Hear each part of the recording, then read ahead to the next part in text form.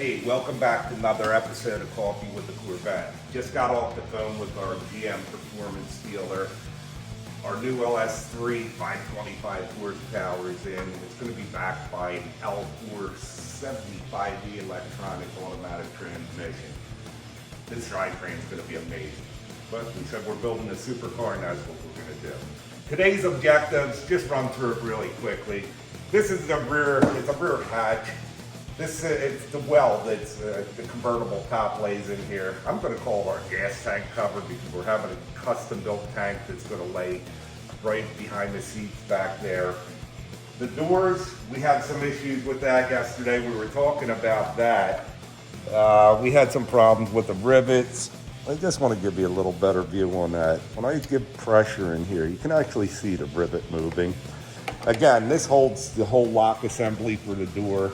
So not only am I going to look at these rivets and replace them today, I'm going to check every rivet all the way around the door, replace whatever needs to be replaced. I'm going to get these doors into epoxy primer then. After that, once they come out, I want to put a sound deadener, spray a very heavy sound deadener all throughout this door. Give it that solid sound, keep the road noise down. So we have a lot of work that we still have to do. It's all minor work, but this is the difference of what's going to make this a regular Corvette or a supercar. Here, these are the front bumper guard, the leads that lay all the way under the car. Some guys like to have the front bumper guards out there. I'm a chrome guy. I personally like them. Other guys like that nice, smooth look down there. So this car is going to come equipped both ways. It can have the delete and the clean look, or it can have the bumper guards that can easily just be bolted on. Let's get busy and see how we make out.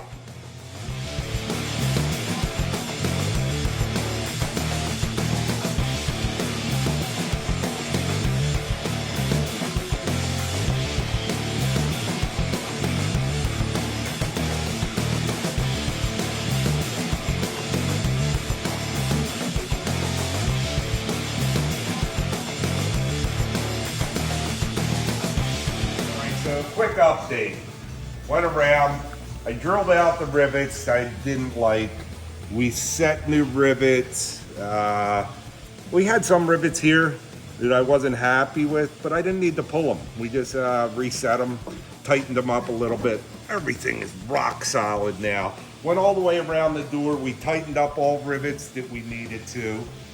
We've now stripped the guts out of the door. You might be thinking, why didn't we do that earlier? But we needed it while we had it mocked up on the vehicle.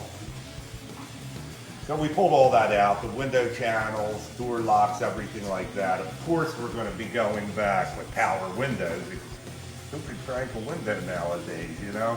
But nah, this car is going to be really cool.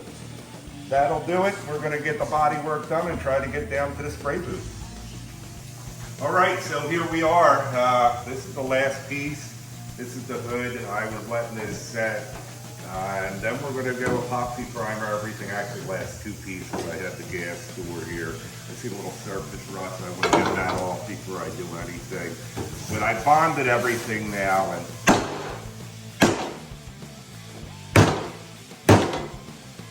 we'll do such a thing. But the simple fact is, I want to put it under its undue stress right now. It's going to fail. Now's the time to fail. So I know we're bonded good. I beat the heck out of this. I did the deck lid the same way.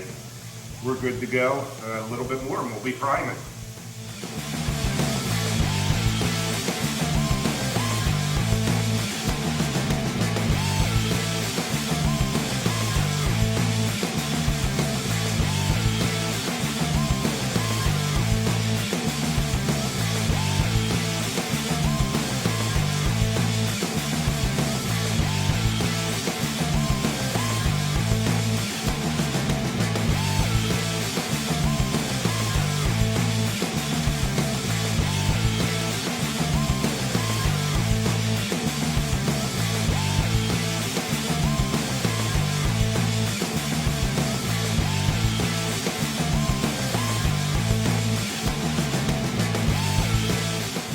All right, so we were just finishing up the hood.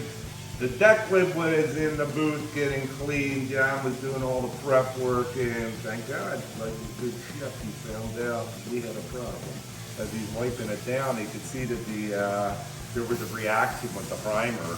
So we have to get all this primer off now and start fresh, because I will not go on top of that.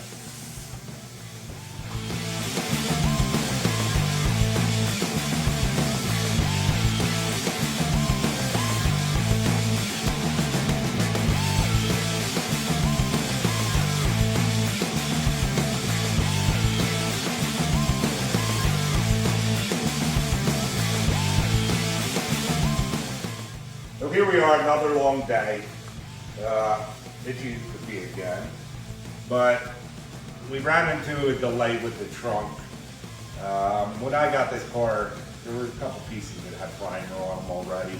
What we're finding is when we started wiping it down with the pre and the alcohol, it was actually attacking the primer. So that kind of leads me to believe that this might be done with it. A spray can, it just won't work. So we sanded that all off, we blocked that all off, getting the final little bit of the hood done here.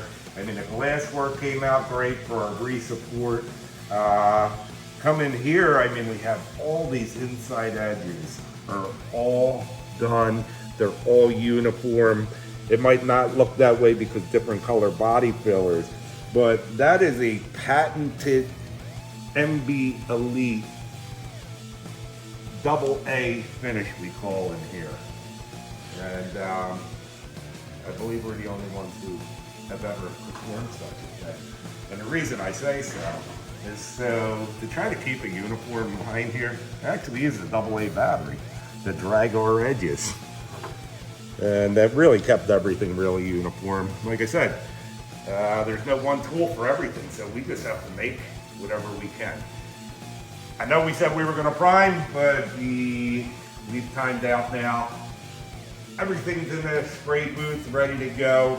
I have maybe, I don't know, a half hour left on this. I just wanna do the pockets, where the hinges go. And I mean, like a lot of people would say, why are you doing this? Why are you doing all this extra work? You won't even see that when the hinge is in there. But it's kind of like vacuuming under your sofa. You know, nobody knows if it's dirty under there, but you do. So I like to have it clean, and it'll stop you from getting mice. Thanks, have a great night.